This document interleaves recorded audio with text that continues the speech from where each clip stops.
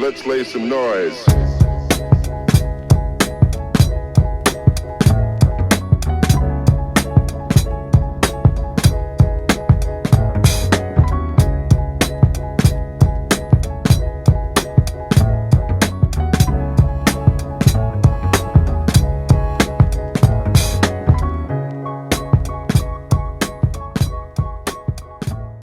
Hey guys, thank you for joining Vic and Amanda's Straight No Chaser. Cheers. Do it. Do it. Do it. Good stuff. Good stuff. Good stuff. Shout out to Victor Young. Victor Okay. Young, baby. Dunamis. All right, so today we are talking about, Les Brown exposed. And if you do not know who Les Brown is, I want you to pause this podcast, go Google his name. He is probably one of the top 10 speakers in the world. Ever. If you don't Higher know than him, that as far as I'm concerned. As a matter of fact, other than me, I don't know anybody better than Les Brown. I'm just going to say that. He is a household I don't know name. anybody better than him other than myself. And he's also an OG in the game of motivational speaking. My dad had the opportunity to speak with him. He's going to walk you guys through the whole story of how this went down, but he was 2 years out of prison. So imagine the excitement, the strength, the courage it probably took for you to even go up there. But that's how you have to seize opportunities. That's another story, seizing opportunities. But let's get into it. So what happened? I was in prison, and my mom sent Les Brown's book to me. It was called Live Your Dreams. Great book. Wait, and you guys listen to this story. This is going to take an ugly, ugly turn. I don't want you to think this is another. Well, that's how you look at it. Yeah, it's not a hooray, hurrah story. No, this backfired, and this is not a good story. This ain't a pretty story at all. So my mother sent me the book Live Your Dreams, and it was a great book. I'm in prison. I'm motivated. I had already decided that I wanted to be a motivational speaker when I got out. So I read the book. I was excited. And, of course, Les Brown was a legend. How do you get to him? He married Gladys Knight, in the Pips, if you don't know that. Midnight Train to Georgia, all of that, And so you can't sing, so no. And so we apologize, Gladys. Yeah, lip sync. And so, I got out and I was dating a girl and, she belonged to this organization. It's about 15,000 people at this auditorium. And she asked me if I wanted to go. It was kind of a motivation networking thing. And I said, no, I don't want to go. There was a girl. Yeah. Oh. There was a girl. It's always a girl. I always got a girl. And so she invited me to go to this event. And, I didn't want to go. It was on Saturday morning. I was out partying, going to be out partying Friday night. She said, Les Brown's going to be there. I said, where and when? Because I wanted to be there. And I'll never forget, I was so excited. I got there probably 2.5 hours early. And I sat right in the front row of this place. About 15,000 people were, to show up, but I'm in the front row. Right. And I remember Les Brown came out and he said, just look at the person on your left or right. Just tell them you got the right stuff. And he reached down and shook my hand. And I was like, oh my gosh, Les Brown shook my hand. I was in my moment. Yeah. I had read his book. I was excited. And as he continued to talk and I kept watching him and watching him and watching him and watching him, what I realized right away was there wasn't a thing that Les Brown had that I didn't have. And as a matter of fact, I had some stuff that he didn't have going for him. And so in a moment he had that street cred. Well, I had the street cred, but I also had talent and ability. And I just knew, I'm watching him. And I just knew I can do that. I'm doing that already. He wasn't showing me anything, but I had to see it up close. It's almost like a quarterback or somebody watching Patrick Mahomes up close or watching Tom Brady up close and realizing that they have that talent that power's within them. No question. And so, but in that moment, you have to seize a moment. And I knew that I wanted to meet him. See, a lot of times, was your heart racing as you were in the audience? My heart was racing, but I knew that I needed to meet him and I needed to do something extraordinary that day. Sometimes you have a moment and it's just your moment. And I couldn't let that moment pass. Like Eminem says. Yeah, if you have one moment, you've got to seize it. So there was this white man named John Hoffman. I'll never forget him. Nice-looking white guy, had a suit on and tie, and very handsome. He's about 6'2", 6'3". And I went up to him, and I wanted to get on stage and meet Les Brown, what I wanted to do. So I went up to John Hoffman and acted very unassuming, put my personality, my ego behind me. And I said, Mr. Hoffman, I know you're running this program, this event. I was locked up in prison, sir, and my mother sent Les Brown's book to me, Live Your Dreams. And I just got to meet him, sir. Please, I just got to meet him. Please, I got to meet him. So he looked at me. You don't act like that? You don't walk like that or talk like that? No, I don't act or walk like that. But I couldn't let my true self out because they're not going to let me on stage. Yeah. So I had to kind of be a pathetic, like you're doing your fan, like I'm a super fan. Yeah, like a super fan. Like you're about to blow smoke up. So so he looked at me and he thought, oh, well, this little black guy will come on and make Les Brown feel good. It's a feel-good story for everybody. So when Les Brown got done speaking on stage, he stopped Les Brown on stage and said, hey, Les, hold on just a moment. Hold on. You know how white people speak. Hey, just hold on for a moment. And he said, Les, we got this guy. He was in prison. His mom sent your book, Live Your Dreams, to him. And he's here right now. And he just wants to say a few words. Victor, come back up on stage. And I walked up on stage. In front of 15,000, that's crazy. In front of 15,000 people. This is 1998. I've only been out of prison 24 months. Yeah. But I was determined. See, I'm fearless.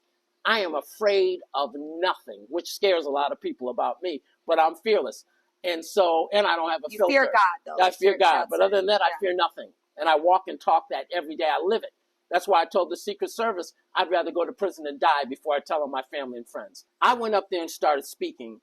And Les Brown, after I got done speaking, I got standing ovation from all the people there because I was just talking about how his book had inspired me. And it did inspire me and how, happy I was to be there. But I started telling my story and it captivated everybody and inspired them. So I get the standing ovation. Les Brown comes back up on stage. He hugs me. He takes my phone number and he befriends me. And so one of the things a lot of speakers like to do is find somebody up and coming or a young person or somebody with a story and bring them up on stage to reference their life or something that they've been through. So, he invited me to his home. I went to his home. We spent some time together. And then he invited me to go to Johnny Coleman's church, which is like the biggest church, one of the biggest in the country at the time, but certainly like going to Joel Osteen's church is what it was in Chicago. It was huge. And he invited me there to speak. And I went there and I spoke. And I talked very nicely about Les Brown. I said all the things that you needed to say about a person and how much I admired him and how much I appreciated being there. And I really just said all the right things. But then I started, showcasing my talent. And you had your testimony, sharing your testimony. I started sharing my own thoughts and my own life and all my journey and my testimony, whatever you want to call it, and started motivating the audience. And there were 20,000 people at Johnny Coleman's church. And people started getting out of their seats and started applauding and started, moving back and forth. And at that time, Les Brown came back on stage, put his arm around me and said, you know what? Just show it. Just show what happened. Stopped him in his tracks. Roll the tape. Just show it. Show it. Crime until his last conviction turned him in another direction. The first time they met, Buffalo Grove Police Commander Lester Arati had a shotgun pointed directly at Victor Woods. It was March 18, 1984. And Arati, then a detective sergeant, was arresting the 19-year-old on charges of masterminding a string of armed robberies throughout the northwest suburbs. Make a long story short, he went to jail, served 2 years, got out, went back to life of crime. Prosecutor said Woods was a career criminal, destined to spend his life in and out of prison. And then his mother sent out book Live Your Dreams to Victor. Victor finished the story very briefly. What Les Brown had meant to me, how he had helped change my life, seeing it in your mind, believing it in your heart, and making it happen. So then, Les Brown came back on stage, he put his arm around me and he said, young man, I want to motivate you. Well, when I left there, I got home and I told my family, I said, Les Brown's going to motivate me. He's going to be my mentor. And my family said, Les Brown's an important, busy man. He doesn't have time to motivate you. 6 hours later, there was a call on my answering machine from Mamie Brown's baby boy, telling me that he wanted me to be a guest here at Christ Universal Temple. I came, and 4 hours after that, I was having sweet potato pie in his home. I kept my hopes high because God has shown me to keep my hopes high. Les Brown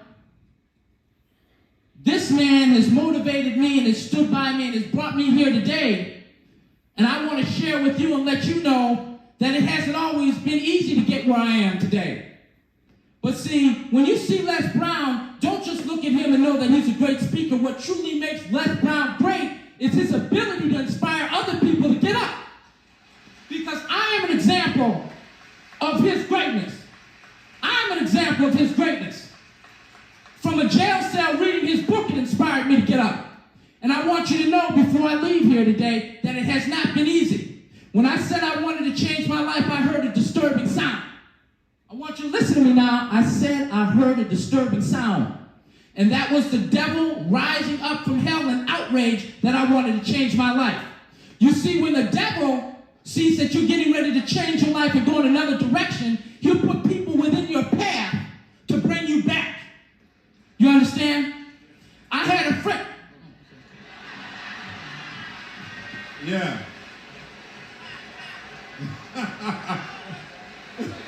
Wait a minute. He's getting all fired up. See, I believe you take personal responsibility. What are those crimes you committed? Just tell them some of the things. You remember what you told us at the event? What are those crimes you committed? Just tell them some. What are those crimes you committed? Just tell them some of the things. You remember? I had a $40 million credit card conspiracy for making Visa gold cards. Let me take a moment to explain why I showed you what you just saw. It's not to put Les Brown down.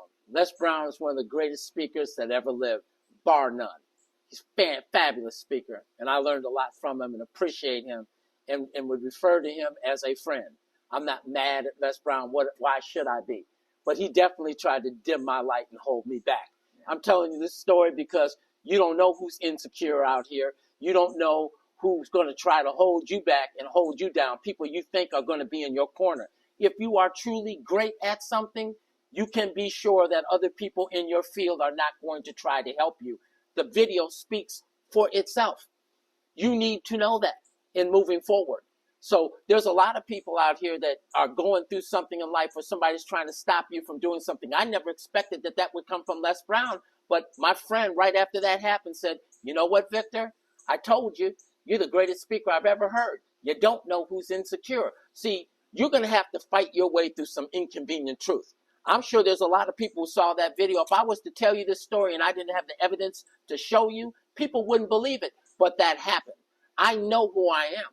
I'm not afraid of anybody, which has made it difficult for me because of the trouble I got in. People have always used that as an excuse to keep me off of the stage. I've had to work 10 times harder, but that's okay. Don't go out and do the things I didn't expect that everybody is going to just open the doors for you. I've had to break them down. But that's an example of what happened to me in a situation where I never thought he would do that to me, but he did. And people will do that to you too, which means the bottom line is you're going to have to take, if you really want to get to the top, you're going to have to fight to get there. First of all, you're going to have to be good enough to get there. There's a lot of people who don't think, or really think more of themselves than they really are. They're really not as good as you think you are. But if you really try to get to that extra, that top notch, that upper echelon, the people there are going to try to hold you down. They're not going to open that door for you. That's why you don't drink too much. That's why you don't get high all the time. That's why you don't put all of your energy into trying to romance and go out and have a good time, because while you're doing all those things, those are the very things that are going to keep you from really getting to where you want to go. Michael Jordan, Tom Brady, and Victor Woods don't go around high out of my mind and drunk out of my mind to the point where when it's time for me to get up on stage and perform, I'm not ready. When Les Brown stood up there and brought me on that stage to make things better for him, to use me to enhance his presentation, what he found out about Victor Woods is, I want what you got. And if you put in front of me what you got and I want it, I'm going to take it from you.